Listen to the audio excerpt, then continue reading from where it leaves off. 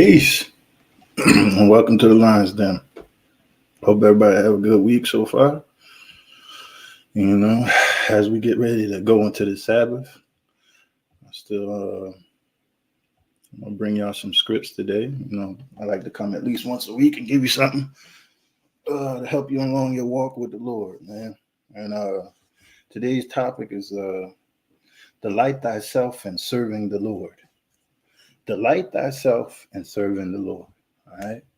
Some people would like to say that they delight thyself, but mostly in certain churches or in certain different churches, it's more about the singing and the dancing to the Lord versus hearing the scriptures. All right. Now people delight in singing and they want to see, they may delight in dancing for the Lord. And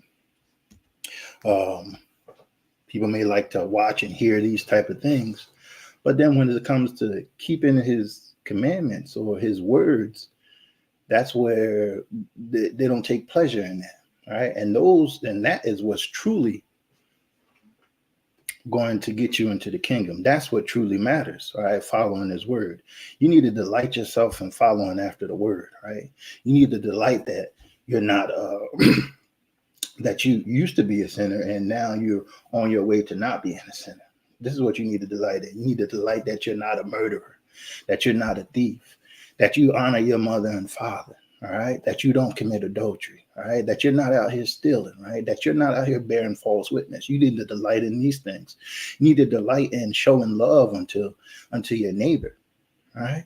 And all these things are how you truly serve the Lord. And you have to delight in doing these things, all right? Not like they're a burden unto you, all right? Like I said before, it is good to sing unto the Lord. There's no problem with doing that. But when you enjoy singing unto the Lord over doing what he commands, then there's a problem. All right. And then, you got some people that will have it a problem if you sing to the Lord. Oh, you're not supposed to sing to the Lord. You're not supposed to dance to the Lord. That's incorrect.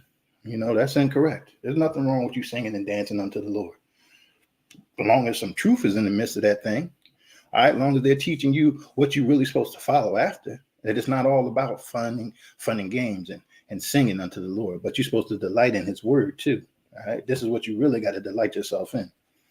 All right. So let's start it off at Psalms 105. And go to Psalms 105. All right. Psalms 105. And we're going to see some things here. All right. Just a few. Because like I said, it is okay to sing and dance unto the Lord. All right. Well, some people will have you not want to sing to the Lord, or, oh no, that's not needed, or you don't know supposed to do that. Nah, you can dance and sing unto the Lord. All right. David danced unto the Lord. All right. So let's go. Let's see the Psalms 105. It says, and we're going to pick it up at verse 1. It says, oh, give thanks unto the Lord, call upon his name, make known his deeds among the people, sing unto him, sing psalms unto him.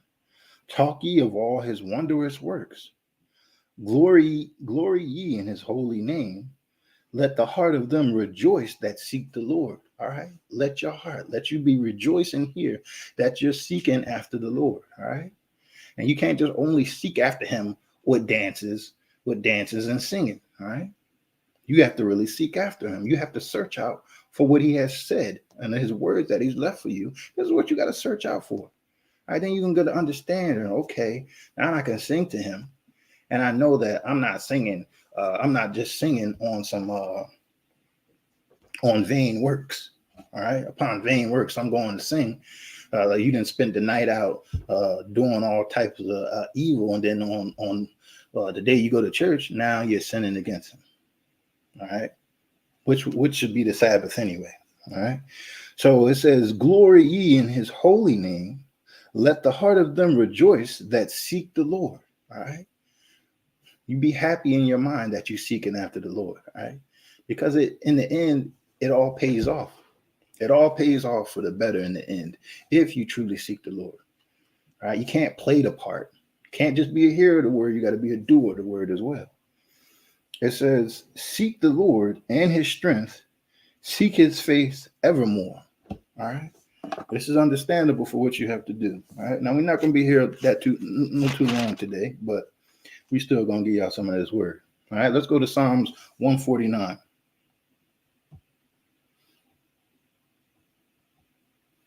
Psalms 149. And let's pick it up at verse 1. I'm going to run it down to 3. It says, praise you, the Lord. Sing unto the Lord a new song, and his praise in the congregation of saints. See, there's nothing wrong with singing unto the Lord. Ain't nothing wrong. You in the congregation of the saints, there's no problem with singing unto the Lord. Praise ye the Lord. Sing unto the Lord a new song, and his praise in the congregation of the saints. All right. Let Israel rejoice in him that made him. Let the children of Zion be joyful in their king. Let them praise his name in the dance. Oh, in the dance as well. Oh, you praise his name in the dance as well. So, you can sing and dance unto the Lord. All right. You're supposed to praise unto the Lord while you're doing these things. It says, let them sing praises unto him with the timbrel and the harp. All right. It's telling you that it's okay to sing and dance unto the Lord, but you better have some truth in the midst of that. You have to understand what you're doing. All right. You can't sin all week, then come and sing and dance unto the Lord and think everything's going to be all right. Oh, yes, I'm a follower of Christ because I sang and I danced to him. But during the rest of the week, that you serving Satan. You can't serve two masters. All right. Can't serve two masters. You're going to hate one and you're going to love the other. All right. And your best bet is to love the Lord. So while you singing and dancing, most of all, you need to make sure you're getting his true word in you. All right. That's what really matters. Again, it says, let them sing. Let them praise his name in the dance. Let them sing praises unto him with the timbrel and the harp. There ain't nothing wrong with that.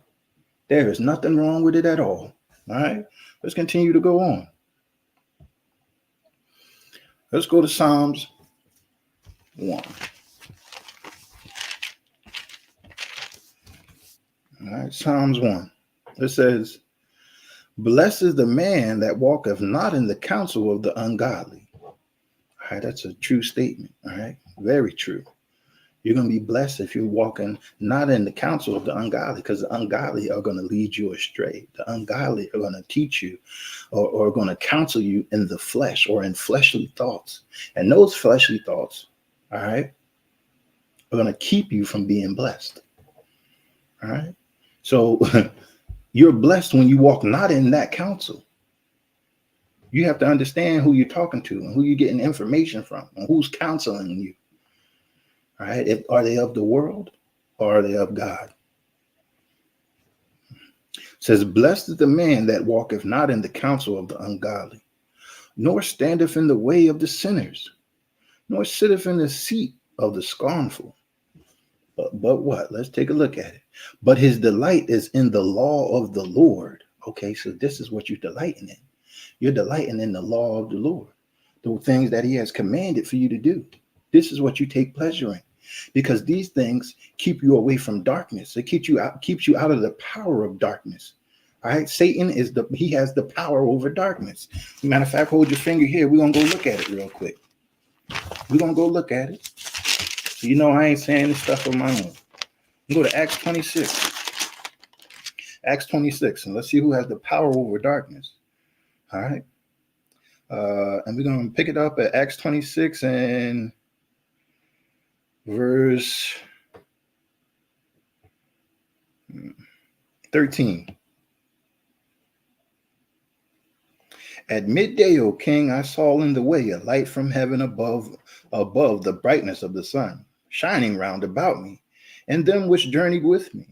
And when we were all fallen to the earth, I heard a voice speaking unto me, and saying in the Hebrew tongue, Saul, Saul, why persecutest thou me? It is hard for thee to kick against the pricks.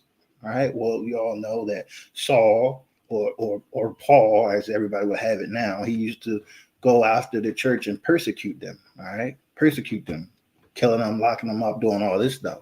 But now Jesus is talking to him, asking him a question. Why, you know what I'm saying? Why are you persecuting me? Because Jesus is the church, right? Why are you persecuting me? It is hard for thee to kick against the pricks. And I said, who art thou, Lord? And he said, I am Jesus whom thou persecutest.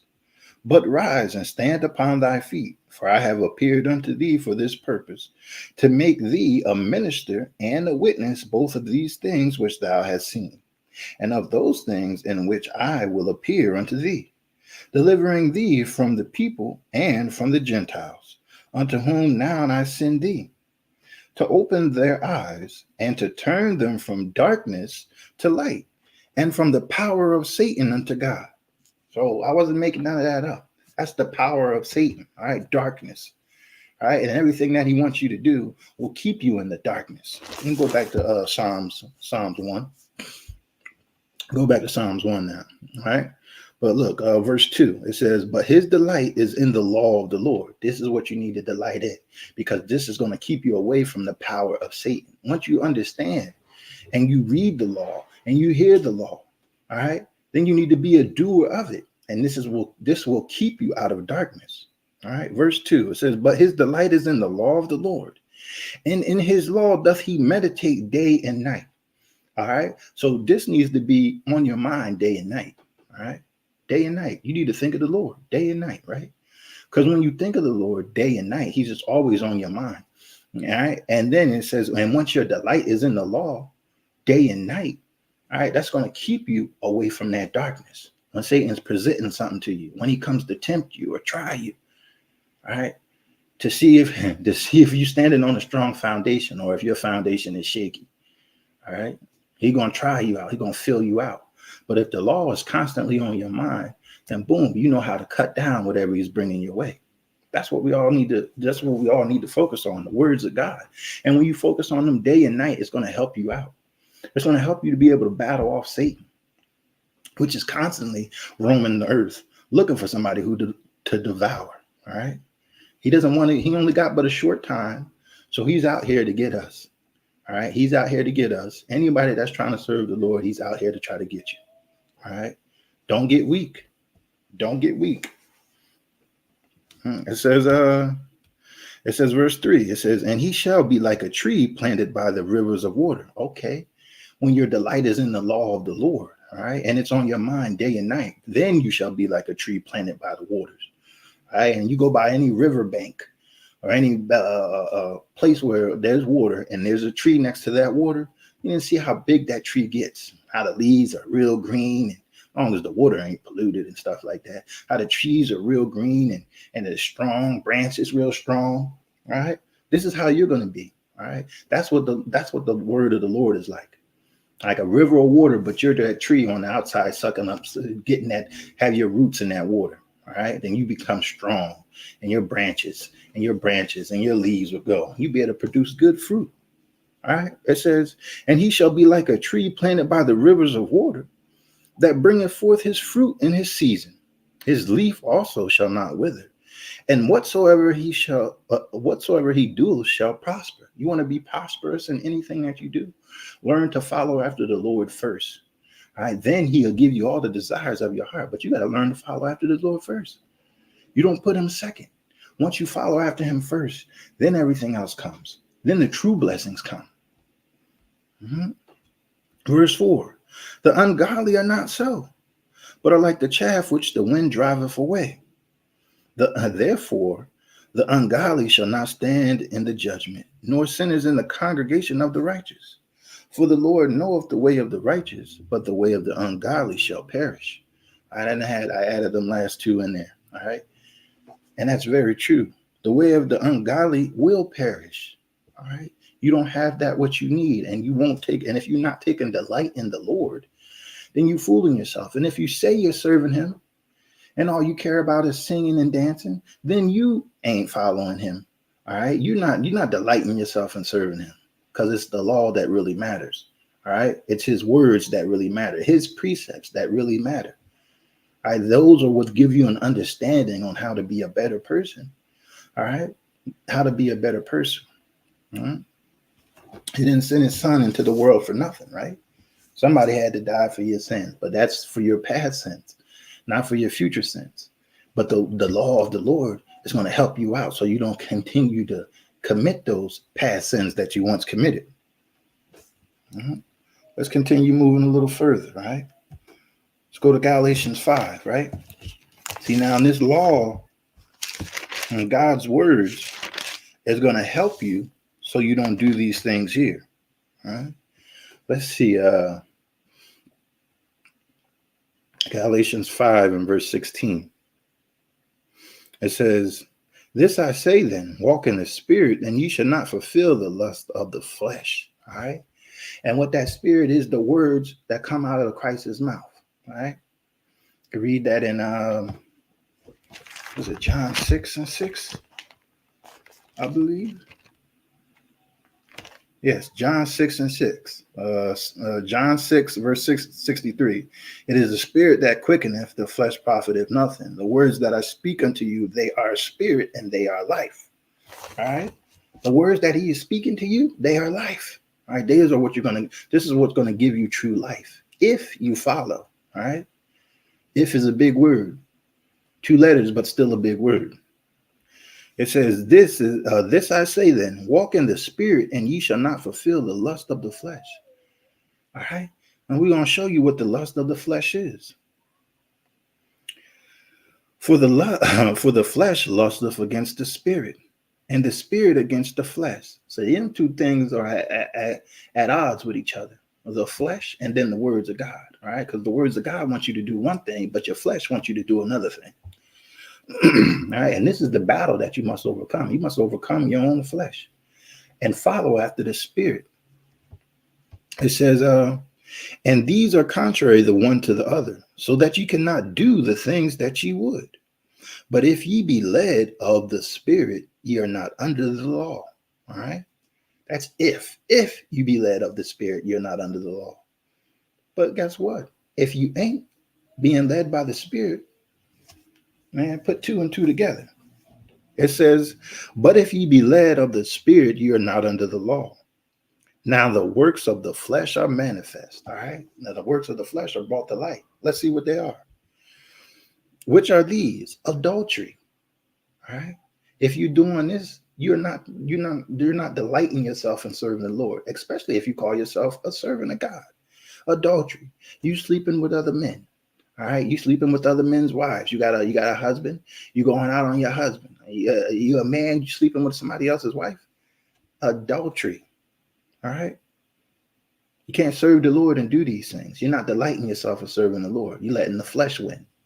You hear some people say they don't like to lose, but the flesh whipping them up and down every day. Fornication. All right, you ain't just supposed to be out here sleeping with everybody that come across your face. Anybody with some pretty face and good looking, or they got money, or whatever it is. You ain't just supposed to go for that. Uncleanness. All right, lasciviousness. All these things are works of the flesh. Idolatry, witchcraft, hatred, and that's a big one with my people. I want to say they hate each other or more than their captors hate them, right? To the point they'll kill each other faster than somebody else from another nation will kill them. Right? It's just like hate. It just goes around. You can't even walk to a certain neighborhood without somebody, "Who is you?" or "Why you are walking around here?" Bro, I'm just walking to the store. They hate you. They don't like you for no reason other than you're walking in their neighborhood or on their block. All right. These are works of the flesh. All right. And if you call yourself a servant of the Lord and you're doing these things, you don't delight yourself in serving him. Variance, emulations and wrath, strife, seditions and heresies, envyings, murders, drunkennesses, revelings, and such like, of which I tell you before, as I have told you in time past, that they which do such things shall not inherit the kingdom of God. You can't live your life saying that you love the Lord. All right. Oh, yes, I love serving the Lord. But you're really not delighting in serving him because you're being led by the flesh. All right. And if you are being led by the flesh, you ain't getting into the kingdom because you're not really delighting yourself in serving the Lord. The commandments, the law of the Lord, that is what truly matters. All right. But let's look at here. It says, "But the fruit of the Spirit Oh, the fruit of the Spirit? What Spirit? The words that the Lord spoke unto you. The fruit of those things, that Spirit, the things that he has spoken unto you. But the fruit of the Spirit is love, joy, peace, long suffering, gentleness, goodness, faith. All right. Faith is key. It's impossible to please the Lord without some faith. Meekness. All right. Meekness is good. Quiet, not loud mouthed. Speaking, I understand that sometimes you need to be loud. All right. There's a time for everything. All right. But meekness, for the most part, you ain't supposed to be known just because you're a loud mouth. Just loud for no reason. All right. Temperance. You got to have that moderation with the things that you do in life. Whatever it is, it's telling you don't overgo too much. You have to have temperance. All right. Another word for moderation. You go moderation in the things that you do. You like to drink alcohol, you need to do it in moderation. You like to do other things, you need to do it in moderation. All right. Against such there is no law. And they that are Christ have crucified the flesh with the affections of and lust. All right. So once you're Christ, all right, you'll be able to crucify the flesh, kill off the flesh. The things that the flesh want, thoughts trying to pop into your head, you cast them down so quick, the flesh don't know what to do. But follow the word of God. That's all it is. That's all it is for you to do. All right. It says, if we live in the Spirit, let us also walk in the Spirit. If you call yourself living in the word of God, then you have to walk in it. You can't just live in it and hear it. You got to do it. All right. It says, if we live in the Spirit, let us also walk in the Spirit. All right. Let's continue going on a little further. Because the Lord will delight in them that delight in him. You have to understand that. Let's go to James 7. James 7. Let's go to James 4. Pick it up at verse 7. James 4 and verse 7. Submit yourself, therefore, to God. What are you submitting to? His Spirit, his words that he has spoken all through this Bible. That's what you're submitting to. That's what you're submitting to. All right, people don't understand. When you don't submit to the words of the book, then you're not submitting to God. Thus, hey, you don't take a delight in serving him. You don't even want to submit to what he's saying. You want to pick and choose what you want to submit to. All right, you want to pick and choose what you want to do. All right, and if you're doing that, then there's some type of fleshly thought in you that's winning. That ain't gonna get you into the kingdom. All right, you need to, if you're not, look, you need to constantly be seeking after the Lord. All right, and you need to do it with delight. You have to enjoy doing these things because you have to know that these things is the things that's giving you life. Why wouldn't you take pleasure in seeking after them and going over them constantly in your head? Submit yourself, therefore, to God. Resist the devil, and he will flee from you. All right? Why is it saying resist the devil?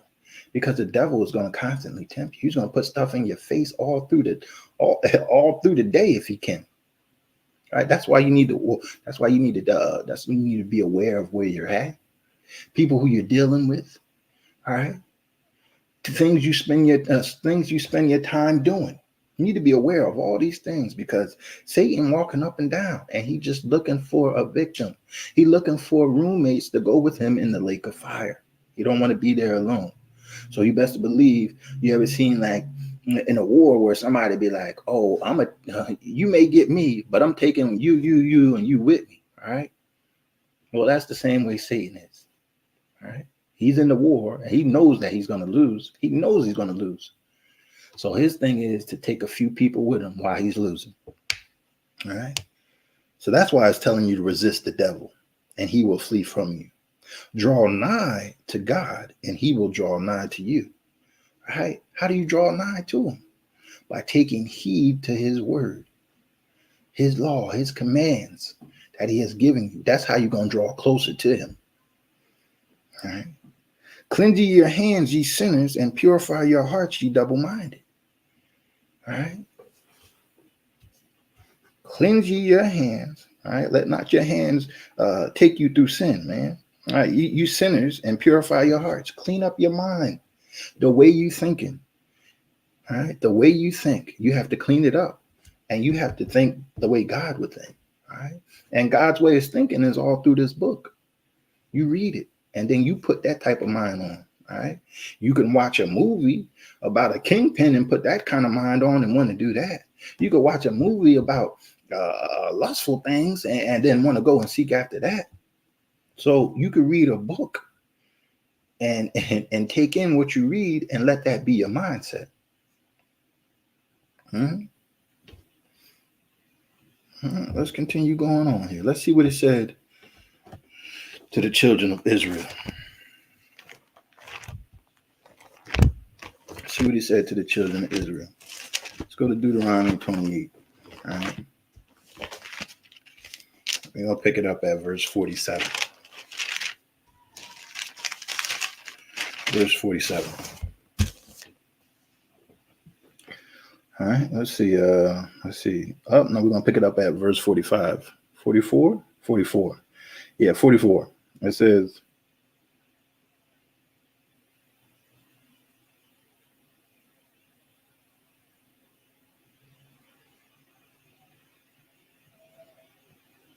"45."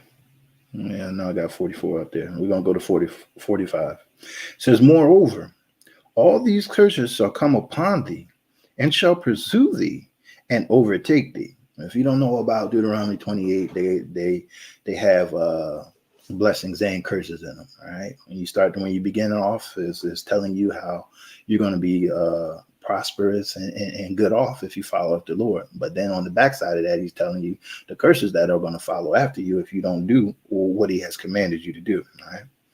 And this right here is just one of them, some of them right here. It says, "Moreover," verse 45, "Moreover, all these curses shall come upon thee, and shall pursue thee and overtake thee, till thou be destroyed, because thou hearkenest not unto the voice of the Lord thy God, to keep his commandments and his statutes which he commanded thee.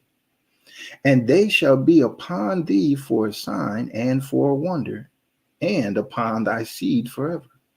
Why is that?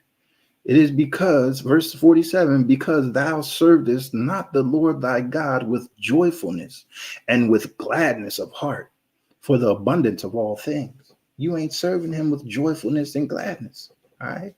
And he's telling you right here, had you kept those commandments and those laws that he gave to you, hey, you would be in a good position. So, but you ain't gonna be, you ain't did that. So it's gonna be a sign, and it's gonna be a curse on you. All right. Sit on your seed forever, because thou servest not the Lord thy God with joyfulness. You have to delight in serving the Lord. You have to delight in the things that he has told you to do. All right. Knowing that they're for your good. Yes, you're going to face afflictions. Yes, you're going to come to that. That's just without a doubt. All right. Jesus even tell you that himself. But he says, "Be of good cheer. He will overcome the world." He didn't overcome the world. So if the one that overcome the world to tell you to be of good cheer, all right, because he overcame the world, all right, you listen to his words and he can help you to overcome it as well. It says, "Because thou servest not the Lord thy God with joyfulness and with gladness of a heart, for the abundance of all things." All right. You have to serve the Lord with joyfulness and gladness of heart. All right. Sabbath day come around. Some people don't even want to go to class. You don't want to go to class. Why not? You're going there to learn. All right. To learn how to better serve the Lord. All right. Keeping a holy convocation as he said for you to do. There's nothing wrong with that, man. And if you think it is, well, I'm sorry for you. Let's go to Isaiah 58. We're going to say something here too. Speaking about the Sabbath day.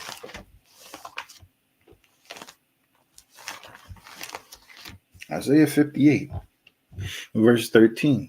It says, if thou turn away thy foot from the Sabbath, from doing thy pleasure on my holy day." Oh, so on the Lord's holy day. So it is his holy day. All right. and call the Sabbath a delight. A delight. You're supposed to delight in this thing. It's the Lord's holy day. Delight in it. The holy of the Lord, honorable, and shalt honor him, not doing thine own ways, nor finding thine own pleasures, nor speaking thine own words. Then shalt thou delight thyself in the Lord. Oh, it's telling you how to delight yourself in the Lord. You got a Sabbath day down here as one of these things. It's telling you how to delight yourself in the Lord. Turning from anything that you want to do on this day and turning to him and honoring him. All right, it says, then shalt thou delight thyself in the Lord. And I will cause thee to ride upon high places of the earth, and feed thee with the heritage of Jacob thy father. For the mouth of the Lord hath spoken it. Well, you have to understand that the Lord don't tell no lies. Now he's telling you, if you do this thing on his Sabbath, hey, he's going to cause you to ride upon the high places of the earth. All right. And feed you with the heritage of Jacob, thy father. For the mouth of the Lord has spoken it. If the Lord has spoken it, then you know it's true. Take a delight in this Sabbath day. Take a delight in doing his commandments. Knowing that you beating Satan. You don't like to lose? Well, make sure you beat Satan at every match. All right. Not saying that sometimes you may slip. Satan may get the upper hand. But you better be correcting yourself. All right. You better be correcting yourself. Let's go to Psalms 119.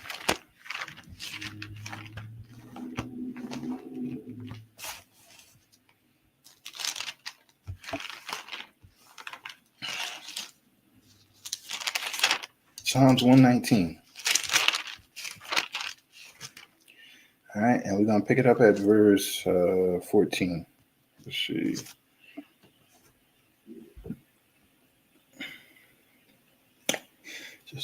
Verse 14. I have rejoiced in the way of thy testimonies, as much as in all riches.